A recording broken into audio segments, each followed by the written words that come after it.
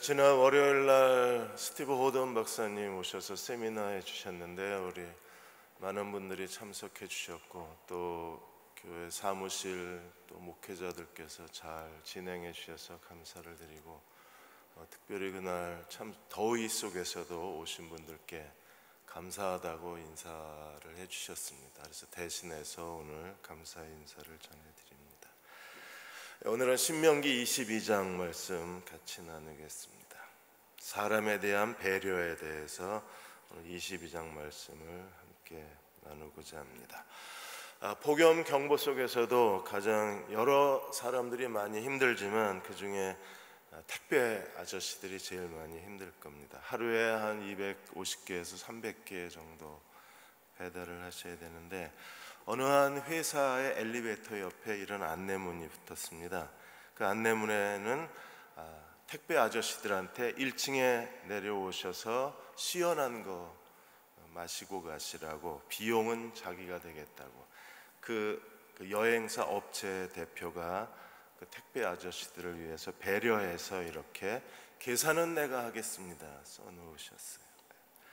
다른 아파트 단지에서는 그 택배 보관함에 그 아파트 주민 자치회에서 아이스박스에다가 생수 넣어놓고 음료수 넣어놓고 간식거리 넣어놓고 심지어 부채까지 그렇게 넣어놓고 택배 아저씨들에 대한 친절을 베풀어 주셨습니다. 우리 교회도 잘하고 계시나 모르겠습니다.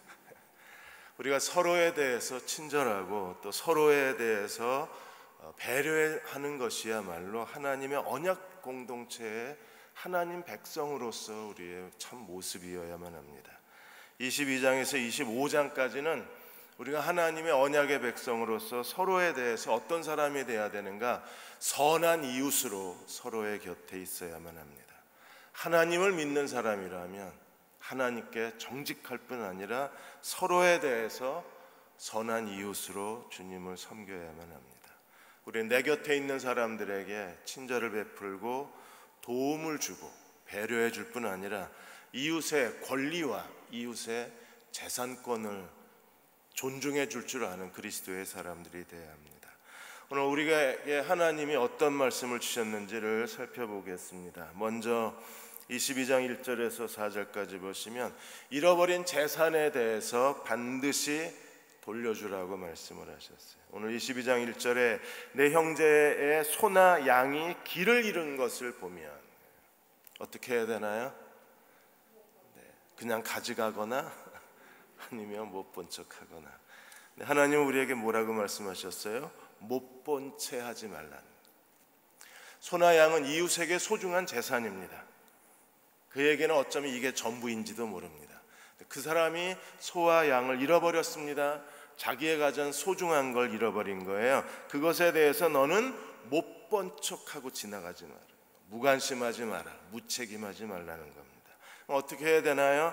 반드시 그것을 끌어다가 내 형제에게 돌려주라는, 이웃의 재산권을 존중해 주는 거예요. 이웃의 재산권의 권리를 우리가 지켜주는 겁니다.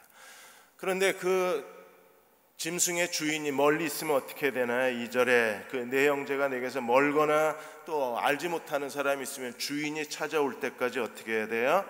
자기가 보관하고 잘 돌보다가 주인이 오면 반드시 돌려주라 그랬어요. 3절에 보시면 소와 양뿐 아니라 나귀도 그래야 되고 의복도 그래야 합니다. 잃어버린 어떤 것이든지 내가 얻었으면 반드시 못 본 채 하지 말고 돌려주라. 4절에 내 형제, 우리가 잃어버린 것만 돌려주는 게 아니라 형제의 낙이나 소가 길에 넘어진 것을 보더라도 못 본 척하지 말라. 반드시 어떻게 해야 돼요?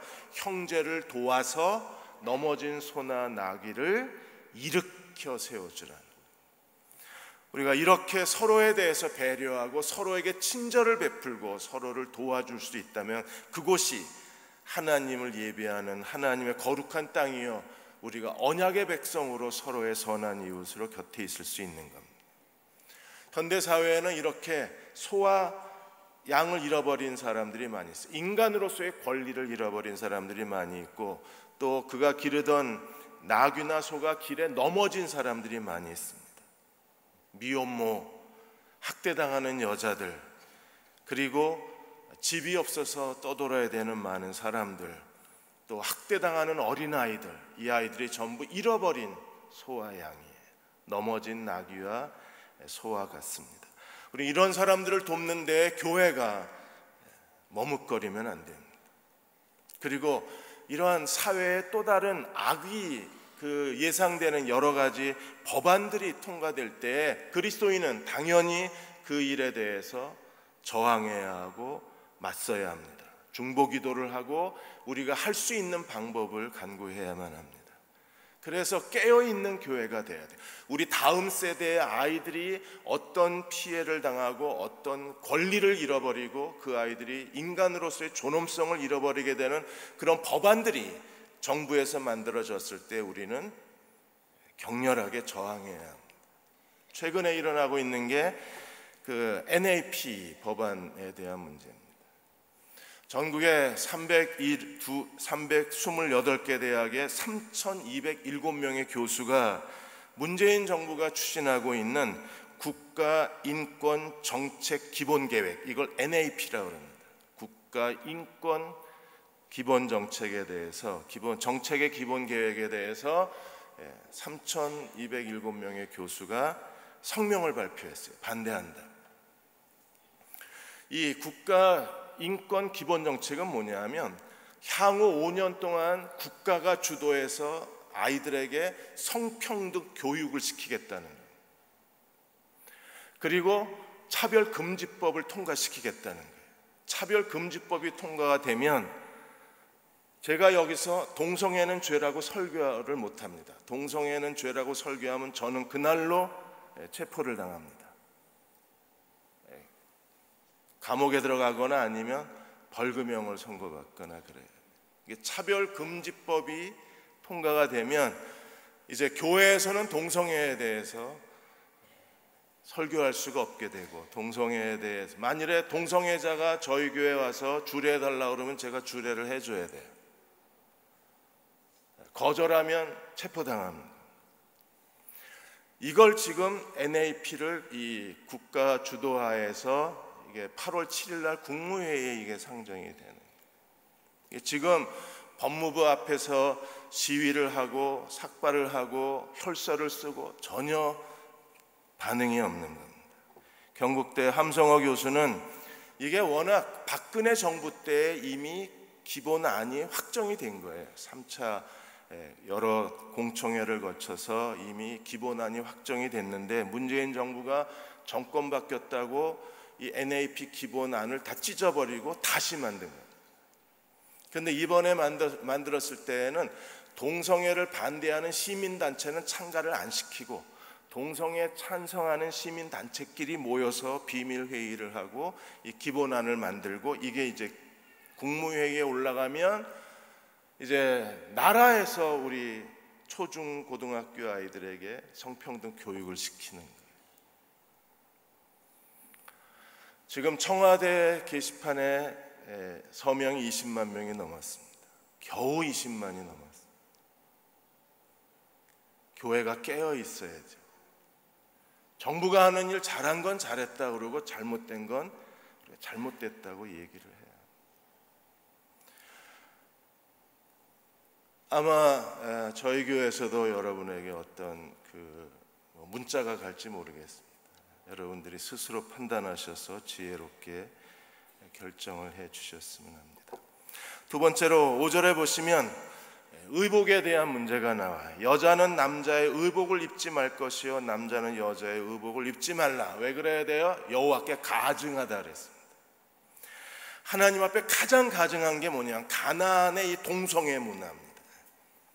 이 성도착증적인 이런 문화에 대해서 하나님이 엄격하게 금하셔서 이건 성적으로 아주 문란하고 난잡한 겁니다.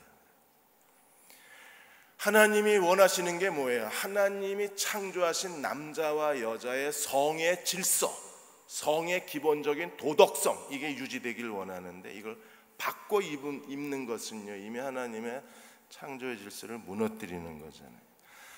이번에 서울시의 퀴어 축제가 크게 열렸었습니다. 동성애 한국 방송이 KBS가 공영방송인데 KBS가 이 동성애 퀴어 축제를 집중적으로 보도라는 거예요. 여러분 지금 그 사진에 있는 사람들이 남자들이 저렇게 여장을 한 겁니다. 얼마나 징그러워요. 저 얼굴 모자이크 해놔서 그나마 하지. 저거 모자이크 지우면요 점심 못 드십니다. 저건요 굉장히 건전한 거예요. 온갖 난잡한 게 그 광장을 가득 채우고 그 성기 모양의 여러 기구들이 나오고 뭐 그런 아주 그 흉측한 사진들이 전시가 되고 그랬었어요. 아주 거의 다 벌거벗은 몸뚱이로 그 퀴어 축제를 돌아다닌 거예요. 하나님이 이걸 하나님 앞에 가증하다 그런 거예요. 퀴어 축제에 대한 KBS 보도를 이 KBS 공영 노동조합이 스스로 자체적으로 비판을 했어요. KBS 안에 노동조합이 두 개가 있어요. 공영 노동조합이 하나 있고 민주 노동조합이 하나 있어요. 공영 노동조합에서 KBS 분석의 뉴스 보도를 분석했는데 평일보다 뉴스 시간이 짧은 주말 뉴스였음에도 불구하고 그날 뉴스에 이 퀴어 축제를 두 번이나 아이템을 두 개나 나누어서 집중 보도를 했다. 이건 공영방송으로서의 편파다. 또 하나가 동성애자들의 이 퀴어 축제만 보도하고 그 반대쪽에서는 반대하는 사람들의 집회가 있었잖아요. 근데 반대하는 사람의 집회는 전혀 보도를 안 하고 한 줄 보도하고 대부분 동성애의 찬성 쪽에 있는 사람들의 얘기, 그쪽에 그 동성애를 좋아하는 사람들의 인터뷰만 나가고 반대하는 사람들의 인터뷰는 짧게 나갔다는. 그러니까 공영방송 자체가 이 동성애 이 퀴어 축제에 대해서 이렇게 편파적으로 보도를 하면 이게 언론이 이래서 공정성을 잃어버린다. 이미 대한민국은요 기울었어요. 그리고 언론이 그 분위기를 이끌어가고 있는 겁니다. 근데 하나님 뭐라고 그러셨습니까? 가증하다 그러셨어요. 그 다음에 세 번째로 6절과 7절에 보시면 하나님은 자연 생태계에 대해서 우리가 자연 생태계의 청지기의 역할을 잘할 것을 원하고 계셨어요. 6절에 길을 가다가 나무에나 땅에 있는 새 보금자리에 새 새끼나 알이 있고 어미 새가 그 새끼나 알을 품은 걸 보면 같이 취하지 마라. 어미는 내버려 두고 새끼만 가져가라. 왜 하나님이 그렇게 하셨어요? 어미를 보호해야 자연 생태계가 보호가 되는 거예요. 만일에 어미를 가져가 버리고 새끼를 놔두고 새끼가 죽어버리면 그 종이 멸종을 당하는 겁니다. 생태계가 무너지는 거예요. 그래서 하나님이 지으신 자연 생태계를 보존하기 위해서 어미는 가져가지 말고 새끼나 알만 가져가라고 주님이 말씀을 하시는 거예요. 시편 24편 1절에 땅과 거기에 충만한 것과 세계와 그 가운데 있는 자들은 다 누구의 거예요? 여호와의 것입니다. 하나님의 것이기 때문에 하나님이 가져가라고 하는 것만 가져가야지 내가 가져가고 싶다고 다 가져갈 수는 없어요. 그래서 지금 자연 생태계에 수많은 종들이 다 멸종을 당하고 바나나도 지금 멸종 직전에 있어요. 바나나 나무도 이제 얼마 있지 않으면 멸종을 당하게 됩니다. 그래서 우리가 하나님이 우리에게 주신 자연 생태계를 보존하는 책임을, 청지기의 책임을 우리가 다해야 합니다. 22장 8절에 자연 생태계만 우리가 보존할 것이 아니라 우리는요 사람의 생명도 보존을 해야 합니다. 그래서 하나님이 건축 허가법을 하나님이 최초로 제정을 하셨는데 8절에 보시면 내가 새 집을 지을 때에 지붕에 난간을 만들어서 사람이 떨어져 죽지 않게 하라. 만일에 사람이 떨어져 죽으면 어떻게 돼요? 그 죽은 사람의 피값을 내게서 찾겠다는 겁니다. 그래서 그 피가 내 집에 돌아가지 않게 하라. 무섭잖아요. 그 죽은 사람의 피값이 우리 집에 들어오면. 왜 이렇게 해요? 이스라엘 가옥의 지붕은 그냥 평평해서 거기가 거실이에요. 거실 또는 아이들 놀이방입니다. 아이들 공부방, 거실, 마을 사람들이 같이 모여서 담소를 나누는 그런 대화의 공간입니다. 거실이 없으면 뭐 술에 취해서 떨어지거나 또 부주의에서 떨어지게 되면 사람이 죽을 수도 있잖아요. 그러면 사람이 죽은 거에 대한 핏값을 하나님이 내게서 찾겠다. 그 난간을 만들어라. 오늘 우리도 이 사회에 난간을 만드는 교회가 돼야 합니다.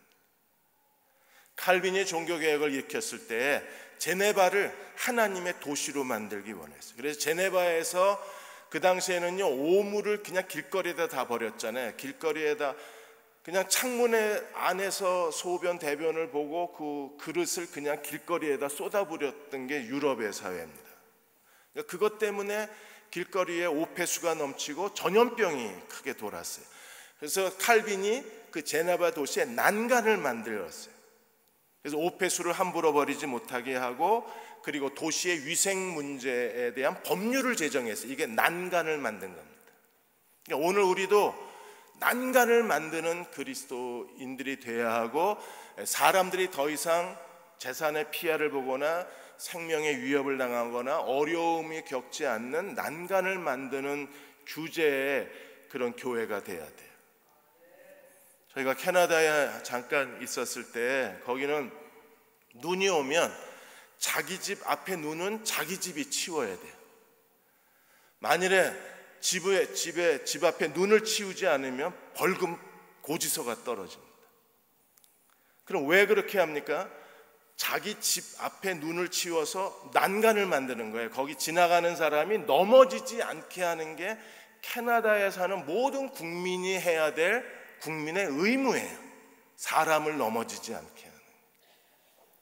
한국에도 최근에 그 개에게 물려 죽는 사람이 많으니까 이제 개를 공원에 끌고 갈 때 반드시 목줄을 하게 돼 있습니다. 이 목줄이 바로 난간이에요. 우리 개는 안 물어요. 우리 개는 안 물어요. 그러다 주인이 물리잖아요. 개는 개예요. 우리 개는 없어요. 어떤 개도 상황이 자기가 위협을 받으면 어떤 개도 물게 돼 있어요. 그래서 걔네들 이가 많잖아요. 위아래로 무시무시한 이빨을 갖고 있잖아요. 그런 것처럼 개의 목줄을 감고 다니는 것도 우리가 난간을 만드는 거예요. 그런 면에서 그리스도인들이 서로에 대해서 배려를 해야 합니다. 그 다음에 9절에서 12절까지 하나님께서 섞어서 사용하지 말라고 명령을 하셨어요. 두 가지는 일에 대한 거고, 두 가지는 의복에 대한 것을 우리에게 말씀하셨어요. 22장 9절에 보시면 포도원에 두 종자를 섞어 뿌리지 마라. 이게 땅을 활용하는 거잖아요. 최근에 한국에서도 과수원 복숭아 나무 밑에다가 채소를 심어서 키우기도 하고, 또 사과나무 그 나무 아래다가 또 다른 채소를 재배해서 이중 효과를 누리잖아요. 그러면 사과나무도 좋고 채소도 잘 자라고 그런 효과가 있습니다. 그런데 하나님 뭐라고 말씀하셨어요? 포도원에 두 종자를 섞어 뿌리지 마라. 왜 그렇게 하나님 말씀하셨습니까? 그리하면 내가 뿌린 씨의 열매와 채소입니다. 그 다음에 포도원의 소산을 다 빼앗길까 하노라 그랬어요. 빼앗긴다는데 1번 써 있어요. 그죠? 성경을 안 보니까 이게 안 보이는 거예요. 빼앗긴다에 1번이 써 있어요. 1번. 그리고 1번을 남해주에 보면 뭐라고 그랬어요? 성물이 된다 이랬어요. 포도 과수원의 밑에다가 알타리 무를 심었어요. 그래서 포도도 잘 되고 알타리 무도 잘 됐어요. 이렇게 두 개가 다 잘 되면 이게 여호와께 바쳐지는 성물이 돼요. 그러니까 사람이 못 먹어요. 하나님께 다 바쳐야 돼요. 그래서 하나님이 두 개를 섞어서 재배하지 말라고 말씀을 하신 거예요. 그 다음에 10절에 보시면 소와 나귀를 같이 해서 결의를 해서 농사를 짓지 말라. 여러분, 소는요 정결한 짐승이고 나귀는 부정한 짐승입니다. 소는 힘이 강하고 나귀는 그냥 물건만 운반할 뿐이지 이렇게 땅을 갈 만한 그런 힘이 있는 게 아니에요. 그랬을 때 강한 짐승과 약한 짐승을 같이 멍에를 매는 걸 하나님이 금지하셨고, 정한 짐승과 부정한 짐승이 같이 멍에 매는 걸 금지하셨다. 그런데 그 당시에 가나안 나라나 애굽에서는 이렇게 소와 나귀를 같이 멍에를 메고 농사 짓는 사람들이 많았어요. 이게 이방 풍습입니다. 그래서 하나님이 이방 풍습을 따르지 말라고 말씀을 하셨어요. 그 다음에 11절에 양털과 배실을 섞어 짠 것을 입지 말라 그랬습니다. 양털과 배실을 섞어 짜는, 양털은 짐승에서 나온 거고 그 다음에 배실은 식물에서 나온 거잖아요. 이 두 개를 섞어 짜면 굉장히 튼튼한 청바지, 리바이스 청바지보다 더 튼튼한 옷감이 됩니다. 아멘이에요. 근데 왜 하나님이 하지 말라 그러셨을까요? 당시에 제사장 옷을 양털과 배실로, 세마포 배실로 같이 짰어요. 그래서 거룩한 옷만 양털과 배실로 짜요. 그러니까 일반 백성이 이 거룩한 옷을 입으면 안 되는 거예요. 그래서 하나님이 거룩한 옷과 일반 옷을 구별하기 위해서 양털과 배실로 섞어 짠 것을 입지 말라고 말씀을 하십니다. 이게 지금 신학자들이 계속 왜 하나님이 이렇게 하셨을까를 계속 연구했는데, 그래도 가장 설득력 있는 해석이 요세푸스의 해석인 거예요. 요세푸스가 당시의 제사장이 이 두 가지 옷감을 섞어 짰기 때문에, 그래서 하나님이 아마도 제사장의 옷과 일반 옷을 하나님이 구별하셨을 것으로 추정을 하는 거예요. 이게 제일 설득력이 있습니다. 하나님의 백성은요, 일반 세상 사람하고 달라야 합니다. 거룩한 구별을 가져야 합니다. 그리고 우리는 어떤 구별을 가져야 되나요? 오늘 12절에 이게 우리의 거룩함이에요. 세상 사람과 여기서 구별이 돼야 돼. 우리는 어떤 사람이 돼야 합니까? 너희가 있는 겉옷에 내 귀에 청색술을 매달라 그랬어요. 이 청색술이 하는 일이 무엇입니까? 민수기 15장 39절에 40절까지 보시면 이 청색술은 너희가 보고 너희의 모든 계명을 기억하여 준행하고 너희를 방종하게 하는 자신의 마음과 눈의 욕심을 따라 음행하지 않게 하기 위함이라. 그리하여 너희가 내 모든 계명을 기억하고 행하면 너희 하나님 여호와 앞에서 거룩하리라. 청색술은 우리가 하나님의 언약의 백성이라는 걸 기억하게 해줍니다. 청색술은 하나님의 계명을 기억하게 해줍니다. 청색술은 우리가 그 계명대로 순종하고 살아야 된다는 걸 기억하게 해주는 거예요. 그래서 우리로 하여금 하나님 앞에 거룩한 백성답게 사는 겁니다. 그러므로 세상 사람들하고 똑같이 행동할 수는 없어요. 우리는 세상 사람들하고 전혀 다른 인생의 가치관, 전혀 다른 인생의 목적, 전혀 다른 기쁨을 가지고 사는 거룩한 백성이어야 합니다. 그 사람들이 옷에 청색술을 매단 사람들이에요. 미국의 한인 연합 감리교회가 모여서 웨슬리 신학교라는 학교를 만들었습니다. 그리고 이 웨슬리 신학교에 영구 장학금 제도라는 걸 만들었어요. 이 영구 장학금 제도는 누가 15만 불 이상을 장학금으로 내놓으면 그 15만 불을 은행에 예치해 놓고 거기서 나오는 이자를 가지고 매달 장학금을 지급하는 걸 영구 장학금 제도라고 그래요.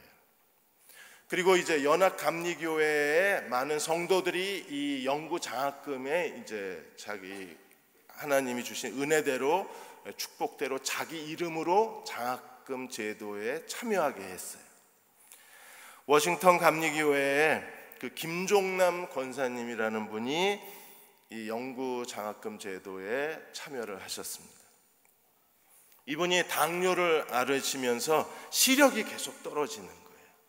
그러니까 자녀들이, 어머니가 계속 시력이 떨어지니까 자녀들이 돈을 모아서 어머니로 하여금 안과 수술을 받게 했습니다. 미국에서 안과 수술이 굉장히 비용이 비싸잖아요. 그래서 어느 날 새벽 기도에 나오셨길래 담임 목사님이 기도해 주겠다 그랬더니 잠깐 목사님을 좀 뵙고 싶다고 얘기를 했어요. 그래서 목사님이 이 권사님을 뵈었는데 자기 수술을 안 하기로 했다고. 자녀들이 다 준비했는데 왜 수술을 안 하냐 그랬더니 이 나이에 눈이 좋아져서 뭐 할 거냐고. 죽을 때 다 됐는데 그냥 그 돈 가지고 수술비를 장학금 제도를 만들겠다. 그래서 우리 자녀들 이름으로 신학생들에게 장학금을 줘라. 나는 이제 안 보여도 된다. 그냥 하나님께서 나를 부르실 때까지 이 눈 갖고 살다가 하나님 부르시면 기쁨으로 가겠다고 말씀을 하시고 그 돈으로 장학금을 만드신 거예요. 실명될 줄 알았어요. 당뇨로 인해서 눈 안과 질환이 오면 거의 10명이면 10명 다 실명되잖아요. 그런데 하나님이 실명을 안 하게 하셨어요. 그래서 죽을 때까지 그 돋보기를 쓰고 성경을 떠든거리지만 읽으셨어요. 그리고 정작 죽을 때에는 당뇨로 그 하나님 나라에 간 게 아니라 갑자기 암이 발견이 돼서 당뇨로 죽을 줄 알았는데 그냥 암으로 편안하게 하나님의 부르심을 받았습니다. 다른 그 디트로이트의 한 감리교회의 한 권사님은 아들 둘이 있는데 이 아들 둘이 계속 교회를 안 나가는 거예요. 안 나가고 신앙을 갖지 않고 부모에 대해서 계속 거역을 하고, 그래서 이 권사님이 자기가 평생 모은 돈을 이 장학금으로 하나님께 드렸어요. 그래서 그 목사님이 아니 아들들이 교회도 안 나오는데 왜 아들들 이름으로 장학금을 하냐 그랬더니 내가 죽더라도 이 장학금 매년 1년에 한 번씩 장학금 감사 편지가 가요. 근데 내가 죽으면 우리 아들들한테 감사 편지가 갈 거 아니냐. 그럼 아들들이 감사 편지를 읽다가 어느 순간에는 하나님이 그 마음을 감화시켜 주시며 움직이시면 아들들이 하나님께로 돌아오지 않겠냐. 그래서 아들들 구원을 위해서 내가 장학금을 하나님께 드립니다. 이분들은요 청색술이 매달리신 분들입니다.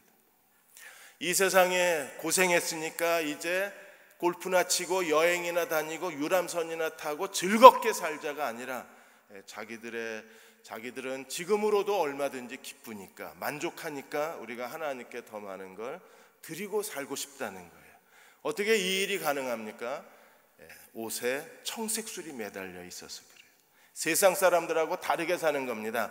세상 사람들은 은퇴하면 이제 여행 다니고 골프 치러 다니고 그리고 편안한 아주 햇살 좋은 지역에서 여생을 즐기지만 그리스도인은요 은퇴한 뒤에도 여전히 하나님을 섬길 수 있는 기회를 찾는 거예요.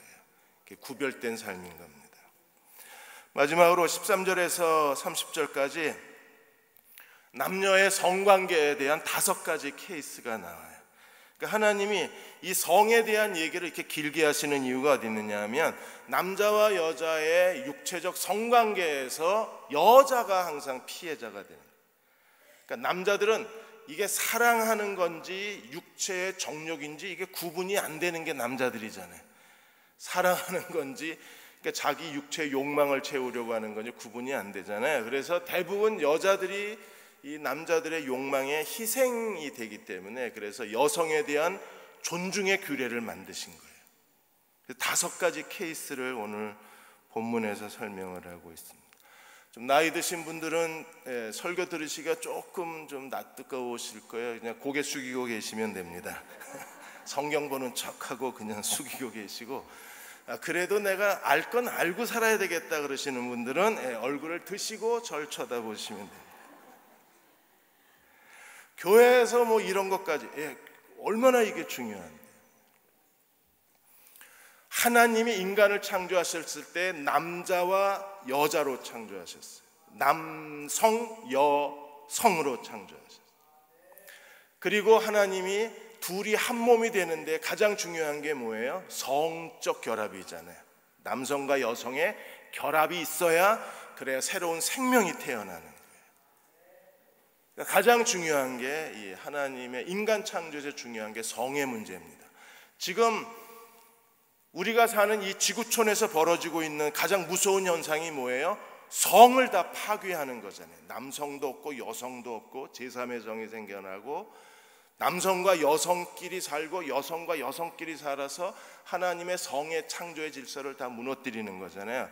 그럼 교회가 이렇게 동성애를 반대하는 가장 큰 이유 중에 하나가 뭐예요? 하나님이 창조하신 성의 질서를 지키자는 거잖아요. 오늘 본문도 잘 알고 계셔야 되는 거예요. 뭐 교회에서 교회라 더 우리가 진실하게 진지하게 이 문제를 알고 계셔야 돼요. 고개 숙인 분이 안 계시네. 첫 번째 케이스 13절에서 21절까지 아주 길게 다뤘어요. 길게 얘기한 게 뭐냐 하면 신부의 순결의 문제입니다. 결혼을 했는데 신부가 처녀였냐 아니었냐, 이게 굉장히 중요한 이슈가 되는 거예요. 13절에 보시면 누구든지 아내를 맞이하여 그에게 들어간 후에 사랑해서 결혼을 했는데 육체의 욕망이 만족이 되면 남자들은요, 여자를 밀쳐냅니다. 왜? 욕구를 채웠으니까. 여자들은 남자가 정말 자기를 진정으로 사랑하는 건지 자기의 육체를 원하는 건지 이게 구분을 못 하시잖아요. 하십니까? 잘하셨습니다. 대부분은 이게 남자가 사랑한다 그랬을 때 이게 정말 나를 원하는 건지 내 육체를 원하는 건지 구분을 잘 못합니다. 결혼을 했습니다. 그래서 이제 남자가 욕망을 채우니까 여자가 싫어지는 거예요. 그래서 미워졌습니다. 그래서 어떻게 해요? 14절에 비방거리를 만들었어요. 비방거리가 뭐예요? 이 여자 처녀 아니었다는 겁니다. 이 여자 처녀 아니었다가 증명이 되면 이 여자를 내다버릴 수 있고 자기는 또 새 여자랑 결혼할 수 있는 거예요. 그래서 유대 사회에서는 이 율법에 의해서 반드시 그 처녀가 첫날 밤에 처녀의 표적을 부모가 갖고 있어요. 지금 우리 사회에서는 이게 아무 소용없는 얘기인데요.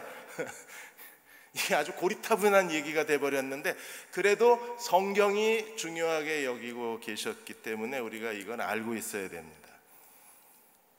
남자가 만일에 이 처녀의 순결에 대해서 비방거리를 만들어 누명을 씌우고 뭐라고 그랬어요? 14절에 이 여자를 맞이하였더니 동침할 때에 그가 처녀임을 보지 못했다.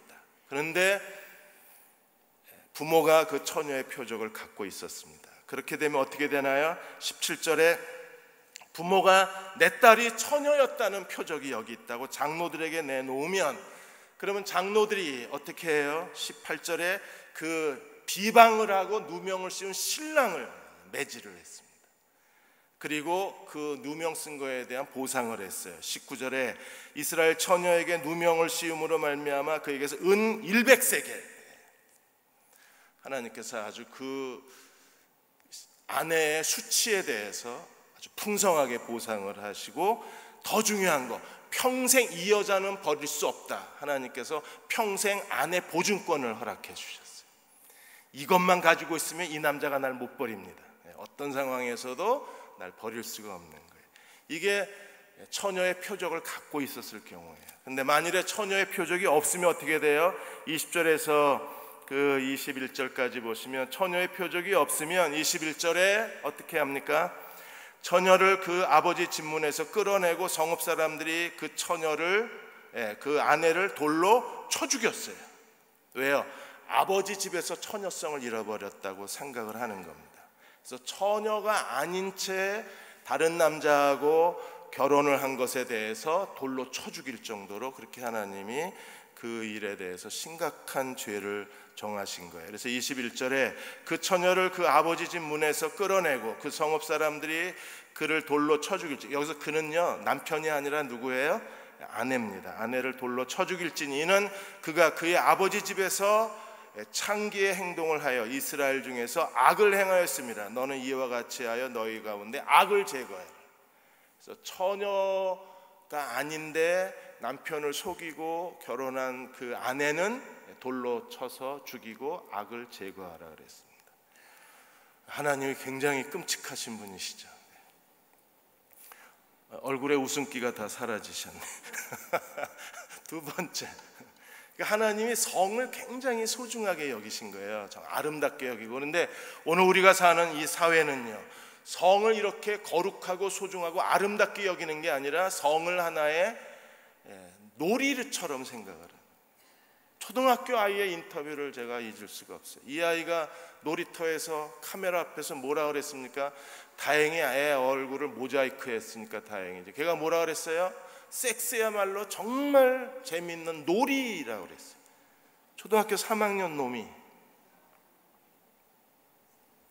애들에게도 이미 성은 하나의 놀이화된 거예요. 성의 아름다움과 소중함을 다 잃어버립니다.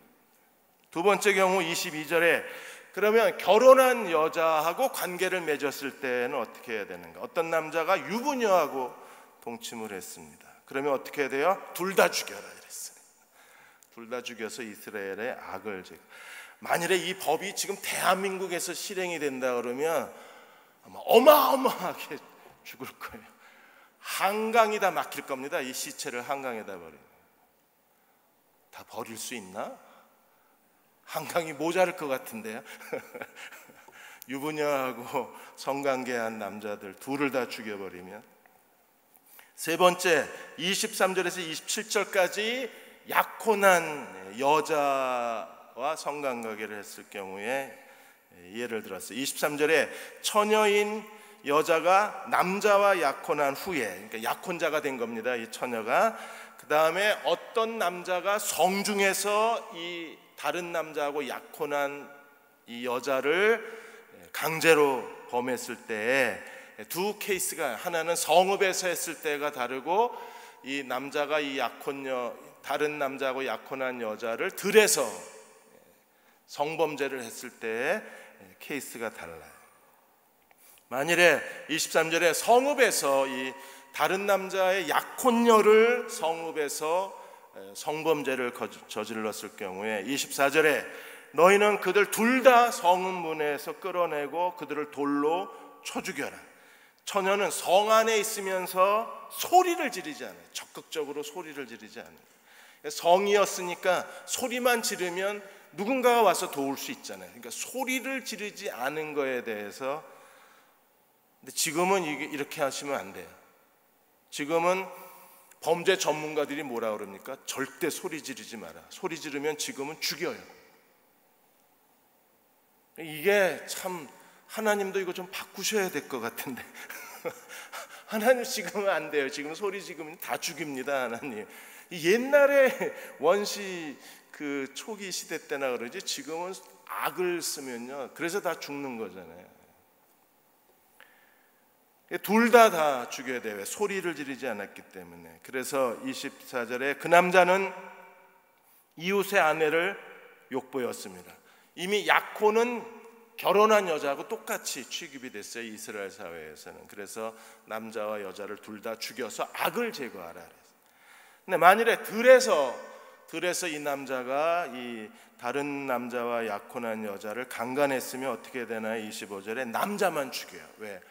들에서는요, 소리를 질러도 아무도 도와줄 사람이 없잖아요.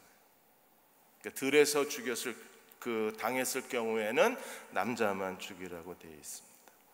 그 다음에 네 번째, 28절에서 29절에 남자가 처녀를 범했을 때, 지금까지는요 유부녀, 그 다음에 남자와 약혼한 여자를 범했을 때, 그 다음에 지금은 처녀. 그러니까 전부 피해자가 누구예요? 여자. 그러니까 여자가 피해자. 그래서 남자가 약혼하지 아니한 처녀를 붙들고 동침하다가 어떻게 됐어요? 두 사람이 발견이 되면, 이게 발견이 안 되면 그냥 넘어가는 거고, 발견이 되면 이제 이게 문제가 되는 거예요. 지금은요 CCTV 더 달아놔가지고 다 발견해야 됩니다, 이걸. 그래서 발견을 하면 어떻게 해요? 29절에 그 동침한 남자는 처녀의 아버지에게 반드시 그 처녀의 수치에 대한 보상을 하게 됐어요. 은 50세겔. 아까 우리가 처음 봤을 때 처녀인데 처녀가 아니라고 누명을 씌웠을 때는 자기 아내에게 얼마를 줬어요? 은 100세겔을 줬어요. 지금은 이제 처녀를 강제로 성관계했을 때는 50세겔을 주고, 이 여자는 어떻게 해야 돼요? 아내로 삼아야 돼요. 어떤 아내요? 평생 내쫓지 못하는 평생 아내 신분증을 갖게 됩니다. 아내 영주권을 받는 거예요. 절대로 이 아내를 버릴 수가 없습니다. 이게 네 번째 케이스. 마지막 다섯 번째로 30절에 보시면 그 아버지의 아내를 취해서 아버지의 하체를 드러내지 마라. 하체를 드러낸다는 말은 아버지의 결혼권을 침해하는 거예요. 그래서 아버지의 후처를 아내로 취하는 것에 대해서 하나님이 저주를 명하셨어요. 우리가 하나님 앞에 살아가는 동안에 우리가 서로에 대한 이 성의 아름다움과 거룩함과 진실함을 지켜가야 합니다. 숨기지 말라. 송준기 목사님이 이응자가 아니고 니은자입니다. 송준기가 목사 됐어. 그게 아니고요. 송준기 목사님이 이 책을 쓰셨는데 거기에 그 자기 교회 그 신영 형제에 대한 얘기. 이 신영 형제가 굉장히 그 똑똑하고 성실하고 지혜로운 형제입니다. 그래서 군대를 장교로 군복무를 하고 이제 군복무 마치고 3일 만에 대기업에 입사 시험을 치렀는데 대기업 공채에 합격을 합니다. 그 6개월 동안의 신입사원 훈련을 받는데 그 신입사원 훈련하는 동안에 공부도 많고 레포트 재료도 많이 내야 되고 팀을 이루어서 프로젝트 발표도 해야 되고 그런데 이 신영 형제가 워낙 공부를 잘하고 워낙 그 지혜로운 형제였기 때문에 그래서 굉장히 우수한 성적으로 신입사원 과정을 마쳐요. 그래서 서울 강남에 있는 본사의 프로젝트 개발팀에 배치가 됩니다. 그렇게 해서 그 개발팀에 참석을 하고 일주일 뒤에 그 개발팀에 그 회식이 있어서 갔는데 이 개발팀은 전통적으로 신입사원이 폭탄주를 7잔을 마셔야 돼요. 근데 신영 형제가 아주 신실한 크리스찬이잖아요. 마셔야 돼요, 말아야 돼요? 마셔야 돼요? 크리스찬인데 안 마셔야 돼요? 그만둬야 되는데. 직장이 중요해요? 폭탄주가 중요해요? 폭탄주가 중요해요? 직장이 중요해요? 알아서 하세요. 근데 신영 형제는 분명히 하나님이 기도를 들으셔서 자기를 이곳에 보내셨다고 믿었어요. 그래서 폭탄주 7잔 평생에 한 번만 마시겠다. 그래서 7잔을 다 마셨습니다. 군대에서도 술을 안 마셨는데 이건 직장의 전통이라고 그러니까 전통을 존중하겠다. 그리고 7잔을 마셨어요. 2차가 끝나고 남자들끼리 모여서 다시 3차 가고 4차가 갔는데 남자들의 은밀한 4차가 기다리고 있었던 거예요. 그 4차가 창녀촌에 가는 거예요. 그리고 선배들이 후배들에게 그 몸값을 지불하고 위층에 올라갔다 내려와야 되는 거예요. 신영 형제가 그건 거절했습니다. 폭탄주는 내가 받아들였지만 이거는 거절했습니다. 그랬더니 선배들이 자기들을 무시했다고 이 신영 형제에 대해서 거의 협박조로 분노를 하는데도 저는 못합니다. 나와버렸어요. 그리고 카톡방에다가 이렇게 택시를 타고 가면서 카톡방에다 이렇게 썼습니다. 저는 아내가 있습니다. 이쯤에서 먼저 들어가겠습니다.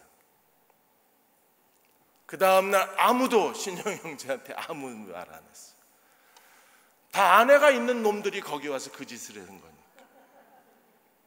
그게 그 회사의 오랜 전통이랍니다. 남자들만의 회식의 은밀한 4차 전통이라. 그는 그것 때문에 폭탄주는 받아들였지만 4차는 도저히 못 받아들이겠다. 왜? 폭탄주는 내 문제지만 4차는 가정에 대한 문제잖아요. 아내에 대한 문제. 못 받아들이게. 우리도 결혼의 신성함을 보존해야 하고 무엇보다도 아내의 소중함을 지켜가야만 합니다. 마태복음 5장 27절 28절에 뭐라 그랬어요? 간음하지 말라. 하나님은요, 예수님은 간음하지 말라를 뭐로 해석하셨습니까? 28절에 여자를 보고 음욕을 품는 것만으로 마음으로 이미 간음했다. 육체로는 안 했는지 몰라도 마음으로 이미 간음했다. 그건 이미 서로의 사랑에 대해서 이미 등을 돌린 거잖아요. 진실하지 않은 거. 아내도 남편에 대해서 이 소중하고 그리고 아름다운 모습을 지켜가야 합니다.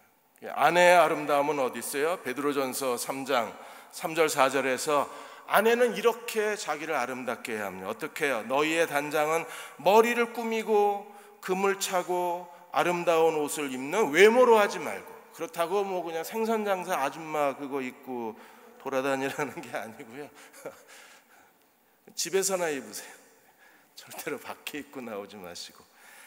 예, 외모로 하지 말라 그랬다고 그냥 뭐 대충 세수도 안 하고 다니라는 건 아니고요.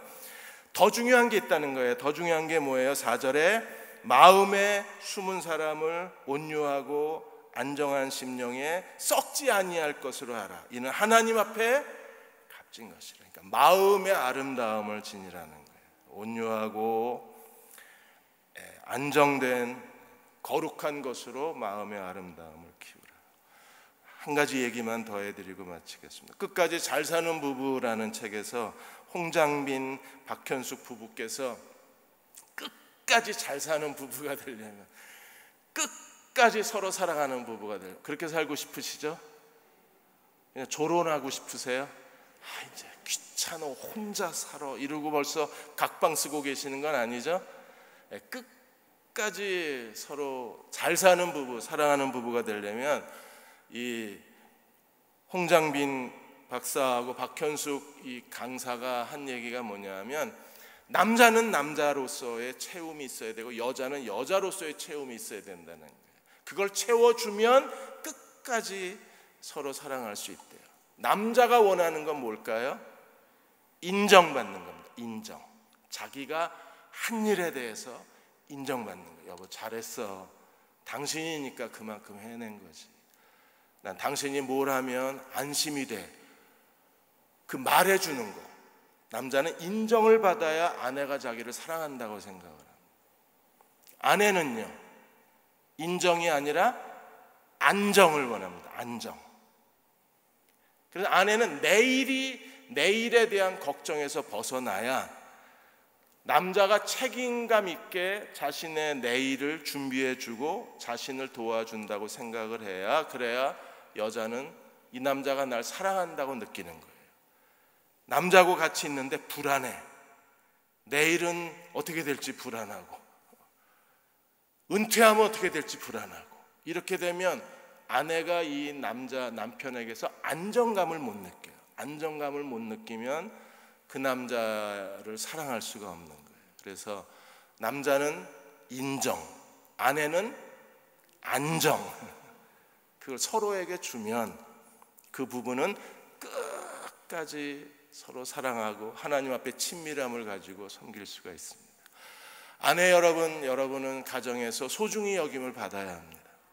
누구보다도 남편 여러분, 우리가 친절하고 도와주고 배려해주고 선한 이웃이 되어줘야 할 첫 번째 사람은 집안의 아내입니다. 아내에게 모든 최선을 다하는 그런 저와 여러분이 되시기를 주의 이름으로 축원합니다. 기도하겠습니다. 250장 우리 찬송하겠습니다. 오늘도 설교가 길어서 정말 죄송합니다. 250장 우리 1절하고 4절만 부르겠습니다.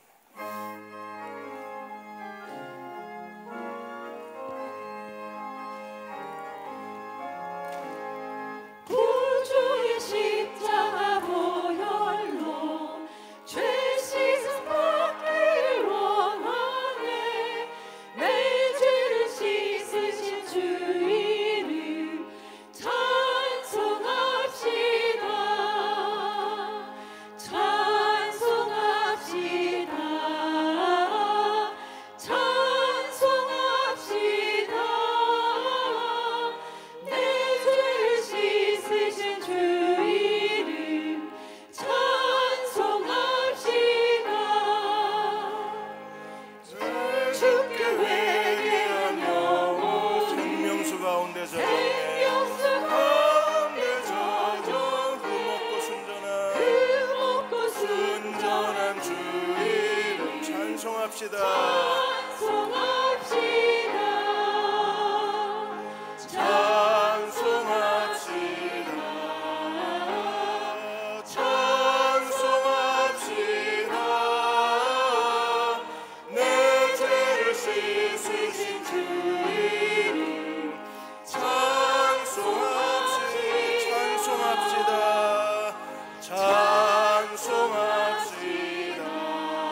찬송합시다. 찬송합시다.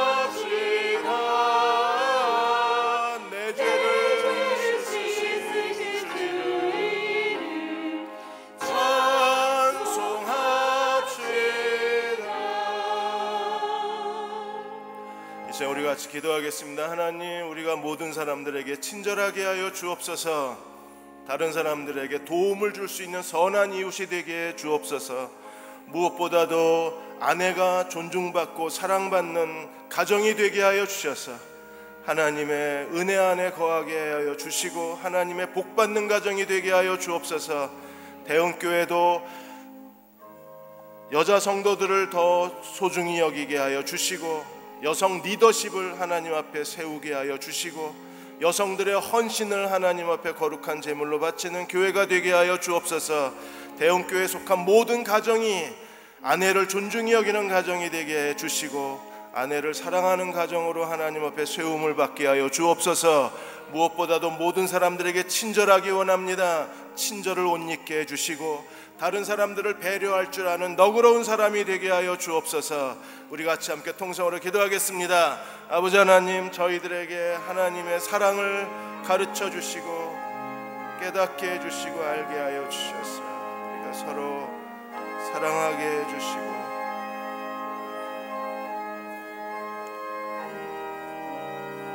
서로 친절을 베풀게 하여 주시고 서로에게 주의 사랑을 나눌 수 있는 종들이 되게 해주옵소서.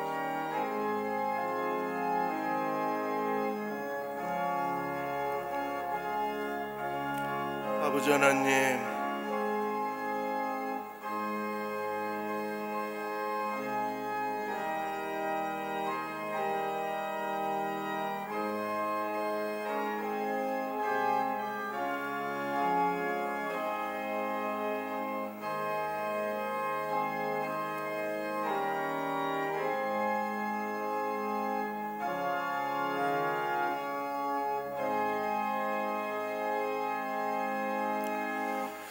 아버지 하나님, 모든 사람들에게 친절하게 해주시고 도움을 베풀게 해주시고 따뜻한 마음으로 배려하게 하여 주옵소서.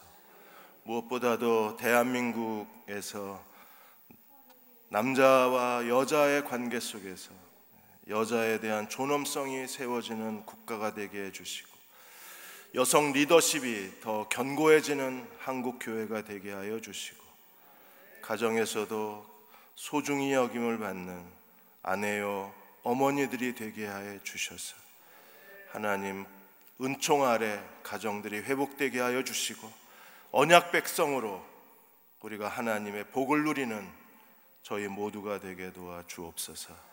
지금 우리를 죄에서 구원하신 우리 주 예수 그리스도의 은혜와 하나님 아버지의 극하신 사랑하심과 성령의 위로하고 도우신 은혜가 오늘 8월의 첫날 수요 예배 드리고 들어가는 모든 교우와 가정과 아들 딸들 위에 우리의 간절한 기도와 소원 위에 이 민족과 이 땅의 모든 교회 위에 지금부터 영원히 함께 하시기를 간절히 축원하옵나이다. 아멘.